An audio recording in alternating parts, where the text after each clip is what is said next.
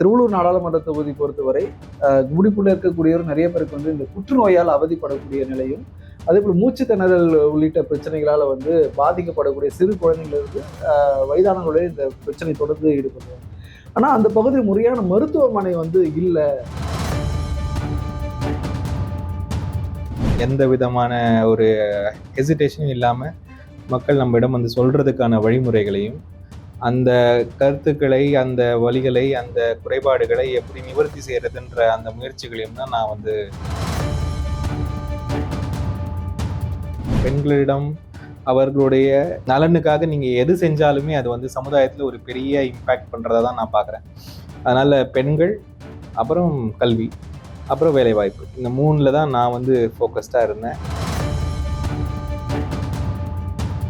வளர்ந்து வரக்கூடிய இந்த தொழில்நுட்ப காலங்களில் தொழில்நுட்ப கல்வி அவங்களுக்கு எந்த அளவுக்கு ஒரு சாத்தியமான ஒன்று இருக்குது, அந்த கிராமப்புற மக்கள் அதை எளிதில் அடைய என்ன மாதிரி திட்டங்களை வரும்? இந்த 3 தொகுதியை பொறுத்து போக்குவரத்து உடைய அதாவது போக்குவரத்து ரொம்ப சிரமத்துக்குள்ள இருக்கக்கூடிய கிராமங்கள் இன்னைக்கும் இருக்கு. அதுக்கான மேம்பாடு என்ன திட்டங்கள்? நாங்கள் என்ன புது ரயிலாக கேட்குறோம், போகிற ரயிலை நிறுத்த சொல்கிறோம், அவ்வளோதானே. ஃபேக்டரியிலேருந்து வெளியெடுக்கக்கூடிய கழிவுகள் எல்லாமே வந்து அந்த ஏரிகளில் விடுறதால அங்கே இருக்கக்கூடிய தண்ணீரும் மாசுபடுது. இதனால குடிக்கிற தண்ணீரையும் வந்து ரசாயனம் கலந்து வரக்கூடிய நிலைக்கு தள்ளப்படுறதா சொல்றாங்க. இதை தடுக்க என்ன மாதிரியான நடவடிக்கைகள்? இது வந்து ஜீ தமிழ் நியூஸ் நேயர்களுக்கு வணக்கம்.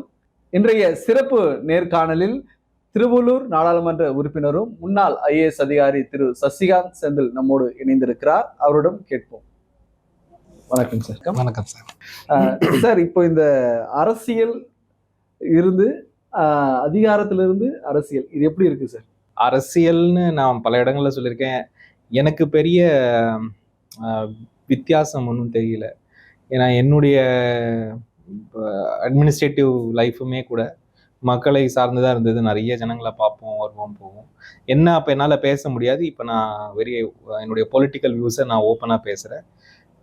சின்ன வயசுலேயே அரசியல் வயப்பட்டது தான். அதனால் அந்த அரசியல் பயணம் தொடர்ந்து கொண்டு தான் இருக்கிறது. இன்னும் கொஞ்சம் முனைப்பாக, அப்புறம் வந்து நிறைய எதுக்கும் பயப்படாமல் ஓப்பனாக இப்போது கருத்துக்களை முன்வைக்க முடிகிறது. அதான் வித்தியாசம் சார். கண்டிப்பாக இப்போ நீங்கள் வந்து ஒரு மாவட்ட ஆட்சித்தலைவராக இருந்திருக்கீங்க. ஒரு மாவட்டத்தை கண்ட்ரோல் பண்ணி ஒரு மாவட்டத்துக்கு அடிப்படை தேவைகள் என்னென்ன வந்து மக்களுடைய தேவைகள் பூர்த்தி செய்யணுன்ட்டு பல திட்டங்களை வந்து நீங்கள் பார்த்துருப்பீங்க. பல பிரச்சனைகளை வந்து நீங்கள் கையாண்டிருப்பீங்க. இந்த சூழ்நிலை இப்போ நாடாளுமன்ற உறுப்பினராக இப்போ திருவள்ளூர் நாடாளுமன்ற தொகுதிக்கு உட்பட்ட 6 சட்டமன்ற தொகுதி மேம்பாட்டுக்காக என்னென்ன திட்டங்களை வந்து நீங்கள் வகுத்துட்டு வரீங்க, செயல்படுத்திட்டு வரீங்க சார்?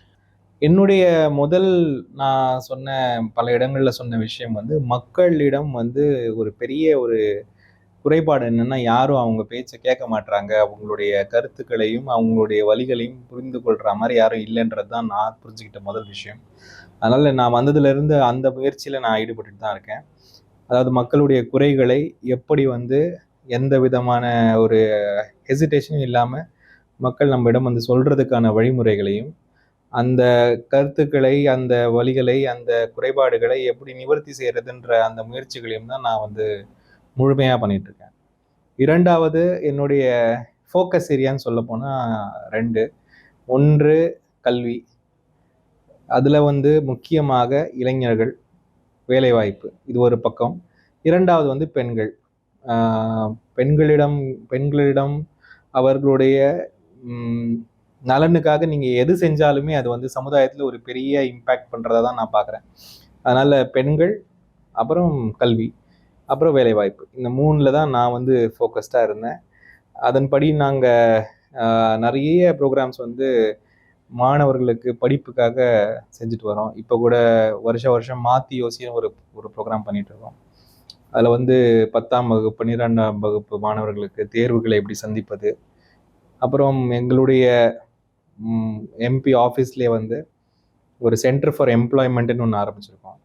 அதாவது மாவட்டத்தில் இருக்கிற எல்லா வேலைகளையும் அலசி ஆராய்ந்து எங்களிடம் வரும் மாணவர்களை அதுக்கு எப்படி டியூன் பண்ணி அனுப்புறது அப்படின்ற ஒரு எம்ப்ளாய்மெண்ட் சென்டர் மாதிரி ஒரு முயற்சி, அந்த முயற்சிகளை செஞ்சிட்ருக்கோம். அது இல்லாமல் மாணவர்களுக்கு பல விஷயங்களை அரசாங்கத்தோடு சேர்ந்து முனைப்பாக செய்து கொண்டு வருகிறோம். பெண்களை பொறுத்த வரைக்கும் என்னுடைய ஃபோக்கஸ் வந்து அவர்களுடைய பிரச்சனைகள், அவர்களுடைய குடும்பத்திற்கான வருமானத்தை எப்படி நம்ம வந்து முன்னே கொண்டு செல்வது, அவர்களுடைய படிப்பு மற்றும் மற்ற ஒரு ஆணாதிக்க சமுதாயம் இல்லையா, இதில் வந்து ஒரு பெண் மேலே வர்றதே வந்து ஒரு கஷ்டமான வேலை. அதில் எல்லா படிகளிலும் எப்படி நம்ம வந்து ஒர்க் பண்ணுறதுன்றதில் பார்த்துட்டு இருக்கேன். அதை தவிர ஒரு பார்லிமெண்டேரியனாக மக்களுக்கு செய்ய வேண்டிய விஷயங்கள் எல்லாத்தையும், அது நலத்திட்டங்களாக இருக்கட்டும், இல்லைன்னா இன்ஃப்ராஸ்ட்ரக்சராக இருக்கட்டும், இல்லைன்னா அவர்களுடைய நமக்கு சின்ன பிரச்சனையாக தெரியும், ஆனால் அவங்களுக்கு பெரிய பிரச்சனையாக இருக்கக்கூடிய பிரச்சனைகளெல்லாம் தீர்த்து வைப்பதில் முனைப்பாக இருக்கு. சார், தொடர்ச்சியா இந்த திருவள்ளூர் நாடாளுமன்ற தொகுதிக்கு உட்பட்ட 6 சட்டமன்ற தொகுதியிலும் ஹைப்பர் லோக்கல் பிரச்சனைகளும் வந்து கையில் எடுத்து அதுக்கான ஒரு தீர்வை நோக்கி உங்களுடைய பயணம் வந்து இருக்கு. இப்போ குறிப்பா மாணவருடைய கல்வியில வந்து ஒரு முக்கியத்துவமான ஒரு பயணத்தை மேற்கொண்டிருக்கீங்க.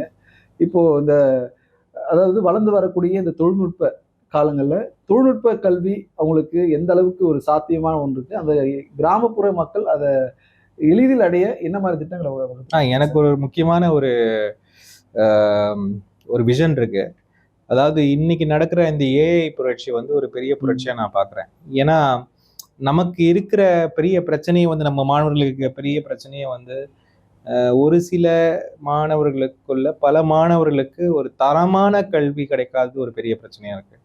அந்த தரமான கல்வி கிடைக்காததுனால சில ருட்டீனாக அவங்க செய்யக்கூடிய வேலைகள், ஒரு லெட்டர் டிராஃப்ட் பண்ணணும், அப்படி ஒரு கிராமட்டிக்கலாக எழுதணும், அந்த மாதிரி சில விஷயங்கள் எல்லாம் வந்து அவங்களால தரமாக பண்ண முடியாத ஒரு நிலைமையில இருக்காங்க. ஆனால் அறிவு சார்ந்த விஷயங்கள், புத்திசாலித்தனம், ஸ்மார்ட்னஸ் இதெல்லாம் நம்ம பசங்களுக்கு சின்ன வயசுலேருந்தே வந்துடுது. அப்போ இதை ஓவர்டேக் பண்ணுறதுக்கு ஏஐ வந்து நிறைய உதவிகளை செய்யக்கூடிய ஒரு நிலைமையில நம்ம இருக்கோம். ஸோ கூடிய சீக்கிரமே வந்து என்னுடைய அட்லீஸ்ட் என்னுடைய பாராளுமன்றத்தில் இருக்கிற மாணவர்களோட இந்த ஏஐ சம்மந்தப்பட்ட விஷயங்களும் சரி, வரப்போகிற தொழில்நுட்பங்கள் சம்மந்தப்பட்ட விஷயங்களும் எப்படி வந்து டைப் பண்ணி கொண்டு போகிறது அப்படின்றதுல நான் ரொம்ப முனைப்பாகவும் இருக்கேன். நீங்கள் சொன்ன மாதிரி ஹைப்பர் லோக்கல் விஷயங்களை வந்து ரொம்ப ஃபோக்கஸாக எடுத்து பண்ணுறோம். இன்னொரு ஒரு நல்ல ப்ரோக்ராம் நாங்கள் பண்ணிட்டு வர்றது நம்ம ஊரில் நம்ம எம்பின்னு சொல்லிட்டு, அதுக்கு எல்லா பஞ்சாயத்திற்கும் அங்கே போய் அங்கே இருக்கிற ஹைப்பர் லோக்கல் விஷயங்கள், படிப்பு சம்மந்தமான விஷயங்கள், இது எல்லாத்தையும் வந்து என்னால் முடிஞ்ச அளவுக்கு எப்படி சால்வ் பண்ண முடியுமோ அந்த மாதிரி ஒரு பண்ணிட்டு இருக்கோம். அந்த மாதிரி நிறைய விஷயங்கள் நடந்துட்டு தான். அதாவது அரசு தேர்வுக்கு தயாராகக்கூடிய மாணவர்கள் வந்து மாவட்டத்தில் அதிகமாக இருக்காங்க. குறிப்பாக உங்க சட்டமன்ற தொகுதி, திருவள்ளூர் சட்டமன்ற தொகுதியாகட்டும், இல்லை கும்மிடிப்பூண்டி சட்டமன்ற தொகுதியாகட்டும், பொன்னேரி சட்டமன்ற தொகுதிகள், இந்த 3 தொகுதியை பொறுத்தவரை போக்குவரத்துடைய அதாவது போக்குவரத்து ரொம்ப சிரமத்துக்குள்ள இருக்கக்கூடிய கிராமங்கள் இன்னைக்கும் இருக்கு. அதுக்கான மேம்பாடு என்ன திட்டங்கள் பண்ணி? திருவள்ளூர் பொறுத்த வரைக்கும் போக்குவரத்து ஒரு பெரிய பிரச்சனை. ஏன்னா இப்போ நீங்க ஏதோ ரொம்ப ஒரு இன்டீரியர் டிஸ்ட்ரிக்டா இருந்தா உங்களுக்கு வந்து போக்குவரத்து இருக்காது. ஆனா இன்னைக்கு வந்து சென்னையில இருக்கிற நிறைய பேர் வந்து இங்க நெரிசல்ஸ் காரணமாக திருவள்ளூர் சைடு மூவ் பண்ணிட்டாங்க. அதனால அங்கிருந்து திருவள்ளூர்ல இருந்து சென்னைக்கு வர்றவங்க, திருவள்ளூர்ல இருந்து காஞ்சிபுரத்துக்கு போறவங்க நிறைய பேர் இருக்காங்க. அதனால போக்குவரத்து ரொம்ப முக்கியம். ஆனாலும் திருவள்ளூரை பொறுத்த வரைக்கும் இன்னைக்கு வந்து ரயில் போக்குவரத்து தான் ஒரு முக்கியமான லைஃப் லைன். அது அன்னைக்கும் அப்படிதான், இன்னைக்கும் அப்படிதான். இன்னைக்கு பல ஊர்கள், டெவலப் பண்ணாத ஊர்கள் எல்லாம் இன்னைக்கு டெவலப் ஆகி அங்க மக்கள் குடியேறிட்டாங்க. அவர்களுக்கு அந்த கனெக்டிவிட்டி, அந்த ரயில் லைன் வரைக்கும் இருக்கிற கனெக்டிவிட்டி, அது பஸ் மூலமாகவோ வேற ஏதாவது ஒரு வாகனம் மூலமாக தான் நடக்கணும். அது வந்து பெரிய பிரச்சனையா தான் இருக்கு. என்னுடைய டிமாண்ட் கண்டிப்பாக நான் எனக்கு வரும்போது எல்லாத்தையும் நான் வந்து டிரான்ஸ்போர்ட் டிபார்ட்மெண்ட்டுக்கு எடுத்துட்டு தான் இருக்கேன். அவங்களும் பண்றாங்க, பண்ணாம கிடையாது. இந்த கோவிட் டைம்ல நிறைய ரயில்கள் வந்து ரத்து செய்யப்பட்டன. அது ஒரு பெரிய குறைபாடா எங்களுடைய தொகுதியில இருக்கு. அது இல்லாம இப்போ இந்த முறை வந்து நம்மளுடைய டிரான்ஸ்போர்ட் டிபார்ட்மெண்ட்லேயே சில மாறுதல்கள் ஏற்பட்டது. அதாவது இந்த பெண்களுக்கான ஊர்திகள் எல்லாம் கொடுக்கும் பொழுது சில மாறுதல்கள் ஏற்பட்டது. அதனால சில ஊர்திகள் செய்ய முடியல. அந்த மாதிரி பஸ் வசதி சிலதெல்லாம் நடக்காம தான் இருக்கு. அது உண்மைதான். அதை எந்த அளவுக்கு நம்மளால நிவர்த்தி செய்ய முடியுமோ அந்த அளவுக்கு நான் பண்ணிட்டு தான் இருக்கேன். சார், தொடர்ச்சியா இப்போ வந்து சமீபத்தில் ஒரு அறிக்கை ஒன்று வெளியிட்டு இருந்தீங்க. திருவள்ளூர் வழித்தடங்களை செல்லக்கூடிய அனைத்து ரயில்களும் திருவள்ளூர் ரயில் நிலையத்தில் வந்து நின்று செல்லணும் அப்படின்ட்டு ஒரு அறிக்கை இருந்தது. ஏன்னா திருவள்ளூர் சுற்றி பார்த்தோம்னா ஒரு இண்டஸ்ட்ரியல் ஏரியாவா இருக்கு. தொழிற்சாலைகள் நிறைந்த ஒரு பகுதியா திருவள்ளூர் இருக்கு. இருப்பினும் அங்க முறையான போக்குவரத்து குறைபாடு இருக்கு. ரயிலுடைய பயன்பாடு வந்து அதிகமா இருந்தாலும் இப்ப விரைவு ரயில்கள் இப்போ வெளி மாநிலங்கள்லேருந்து வராங்கன்னா அவங்க சென்னை போயிட்டு வரோம், இல்லை ஒன்று அரக்கோணத்துல இருந்து வரக்கூடிய நிலைக்கு ஏற்படுது. இப்போ இந்த ரயில்கள் நிறுத்தம் அது சாத்தியப்படுமா? ஏன்னா பக்கத்திலேயே வந்து அரக்கோணம் இல்ல இருக்கு, இல்ல கண்டிப்பா திருவள்ளூர் இருக்கு. பண்ணணுங்க சாம். அதாவது வந்து நான் வந்து தொடர்ந்து ரயில் மந்திரிக்கு இதை எழுதிட்டு தான் இருக்கேன். ம், இந்த பாராளுமன்ற தொடர்லயும் ரொம்ப காட்டமா வேற நான் பேசிட்டேன். ம், நீங்க வந்து நான் தொடர்ந்து பண்ணிட்டு எழுதிட்டு இருக்கேன். நீங்க வந்து எனக்கு வந்து ஒரு ஒரு நிறுத்தத்தை கொடுக்க முடியலன்னா, நாங்க என்ன புது ரயிலா கேட்கிறோம்? போற ரயிலை நிறுத்த சொல்றோம், அவ்வளவுதானே. ம், இப்ப நாங்க வந்து இங்க இவ்வளவு மக்கள் தொகை இருக்கோம். இந்த ரயிலை பிடிப்பதற்காக நாங்க வந்து சென்னைக்கு வர்றதும் போறதும், அங்க வர முடியாம ரயிலை விடுறதும் இதே எங்களுக்கு வேலையா போயிடுச்சு. போற ரயில் வந்து நின்னு போனா என்ன? இங்க பெரம்பூர்ல நிக்கிற ரயில் ஏன் வந்து இங்க நிக்க கூடாது? அப்படின்ற ஒரு ஒரு காட்டமான ஒரு விஷயத்த நான் சொல்லிட்டு தான் வரேன். இங்கே மட்டுமல்ல, திருவள்ளூர் மட்டுமல்ல, கும்மிடிப்பூண்டியிலும் எங்களுக்கு வந்து ரயில் நிறுத்தம் தேவை. எங்களுடைய ஒரு ரொம்ப முக்கியமான ஒரு டிமாண்டா நாங்க இது வைக்கிறோம். என்னுடைய போராட்டம் இதை தொடர்ந்து இருக்கதான் செய்யும். ம். கண்டிப்பாக இதை நிறுத்துவாங்கன்றது எனக்கு நம்பிக்கை உண்டு. ரயில் மந்திரியும் சொல்லியிருக்காரு கண்டிப்பா பண்ணி தருவோன்ட்டு. அதனால இன்னும் கொஞ்ச நாள் பார்ப்போம். அதுக்கப்புறம் முடியலன்னா அடுத்த போராட்ட களங்கள்ல இறங்க வேண்டியதுதான். கண்டிப்பா போராட்டம்னு ஞாபகம் வருது. ஏற்கனவே மத்திய அரசு கல்வி நிதி வந்து தமிழகத்துக்கு தரலன்ட்டு முதல் முறையா ஒரு உண்ணாவிரத போராட்டத்தை ஒரு 3 நாட்கள் தொடர்ந்தீங்க. இப்போ தொடர்ச்சியா இன்னும் அந்த நிதி தொடர்பா இப்ப அடுத்து ரயிலுக்கு இந்த போராட்டம் தொடருமா? முதல்ல நிறைய இந்த விஷயத்த நான் சொல்ல கடமைப்பட்டிருக்கிறேன். அந்த உண்ணாவிரத போராட்டம் 4 நாள் ம், போராட்டத்துக்கு அப்புறம் வந்து ஆர்டிஇக்கான பணம் நமக்கு வந்துருச்சு. சமீபத்துல முன்னாடி அது அது ஒரு 2, 3 வாரத்துக்கு முன்னாடி ம், ஆர்டிஇக்கான காசை குடுத்துட்டாங்க. இன்னும் கூட பாக்கி இருக்கு. கண்டிப்பாக அந்த காசும் வரணும். கண்டிப்பாக போராட்டம் இல்லைன்னா நம்ம வந்து இந்த அரசாங்கத்தோடலாம் ஒண்ணும் நம்ம வந்து நம்ம போய் கேட்ட உடனே கொடுக்கக்கூடிய அரசாங்கம் கிடையாது இது. 2வது நம்மள பார்த்தாலே தமிழ்நாடுனாலே ஒரு மாதிரி வேற மாதிரி தான் பார்க்குறாங்க. அதனால அத வந்து நம்ம வந்து இந்த மாரி போராட்டத்திற்கு தள்ளப்பட வேண்டிய ஒரு கட்டாயத்துல நம்ம இங்க இருக்கிறோமே தவிர, நமக்கு அதுல நம்ம அப்படித்தான் போகணும்னு இல்ல. வேறு அரசாங்கங்கள் இருந்தா இதெல்லாம் வந்து நார்மலா செய்யணும். இன்னைக்கு நிலைமை அப்படி இருக்கு, என்ன பண்ணுவோம்? குறிப்பா இந்த போராட்டங்கள் இதெல்லாம் வந்து சசிகாந்த் செந்தில் அவர் கையில் எடுக்கும்போது, இவரு மட்டும் ஒரு தனி ட்ராக்ல போறாரா? அப்படின்ற ஒரு பேச்சும் வந்து அடிபடுது. அப்போ இப்போ ஒவ்வொரு விஷயங்களும் நீங்க போராடி அந்த நிதிய இப்ப கல்வி நிதி ஆர்டிஏ ஓட நிதி 860 கோடி ரூபாய் வந்து இப்ப நிதி ஒதுக்கி இருக்கிறாங்க. அப்போ இது வந்து பல தனியார் பள்ளியில படிக்கக்கூடிய ஒரு ஏழை எளிய மாணவர்களுக்கான ஒரு கல்வி கட்டணம். ஏன்னா இந்த ஆண்டு பார்த்தீங்கன்னா, அந்த ஆர்டிஏ உடைய அறிக்கைய வந்து ரொம்ப தாமதமா தான் வெளியிட்டிருந்தாங்க. ஆமா. அப்படின்றப்போ ஏழை எளிய மாணவர்களுக்கு இதோடைய முன்னறிவிப்பும் வந்து போய் சேரல. பணம் கட்டி படிக்கணுமா? அப்படின்ற ஒரு கேள்விக்குறிக்குள்ள தள்ளப்படுறாங்க. அப்போ இந்த ஆர்டிஇ உடைய பணம் வெளியிட்டது மத்திய அரசு தாமதிக்கிறது, எவ்வளவு மாணவர்களுடைய கல்வி தரம் வந்து பின்தங்கி போகுது. கண்டிப்பா. கண்டிப்பாக. அது வந்து அ ப உண்மையாவே தமிழ்நாட்ட வந்து இது ஒ தமிழ்நாடுக்கு ஒரு பெரிய பெரிய வலியை குடுக்கணும்னா, கல்வியில கைய வச்சா தமிழ்நாடுக்கு வலிக்கும். அது அவங்களுக்கு தெரியும். அதனால தான் அவங்க அதெல்லாம் பண்றாங்க. 2வது வந்து இது வந்து ம் ஆ இது இது வந்து இது என்னை பொறுத்தவரைக்கும் இது வந்து என் குடும்ப பிரச்சனையும், இன்னொரு குடும்ப பிரச்சனையும் கிடையாது. இது நம்மளுடைய முக்கியமான ஒரு நம்மளுடைய பண்பாட்டையும், பண்புகளையும் எடுத்து செல்லக்கூடிய ஒரு மாணவர் சமுதாயத்தோடைய எதிர்காலம். அது நீங்க சொன்ன மாதிரி, அதாவது ஏழை எளிய மக்கள் அந்த ஸ்கூலுங்களுக்கு போறதே வந்து ஒரு பெரிய விஷயம். ம். ஆர்டின்னு ஒரு வந்ததுனால, அந்த ம். காலத்துல நம்மளுடைய யுபிஏ அரசு, சோனியா காந்தி அவர்கள் எல்லாம் சேர்ந்து உட்கார்ந்து இந்த ரைட் டு எஜுகேஷனை கொண்டு வரணும்னு கொண்டு வந்ததுனால, இன்னைக்கு வந்து ஏழை எளிய மக்கள் இந்த கான்வென்ட்டுகளுக்கு போய் எட்டி பார்க்குற நிலைமையில இருக்காங்க.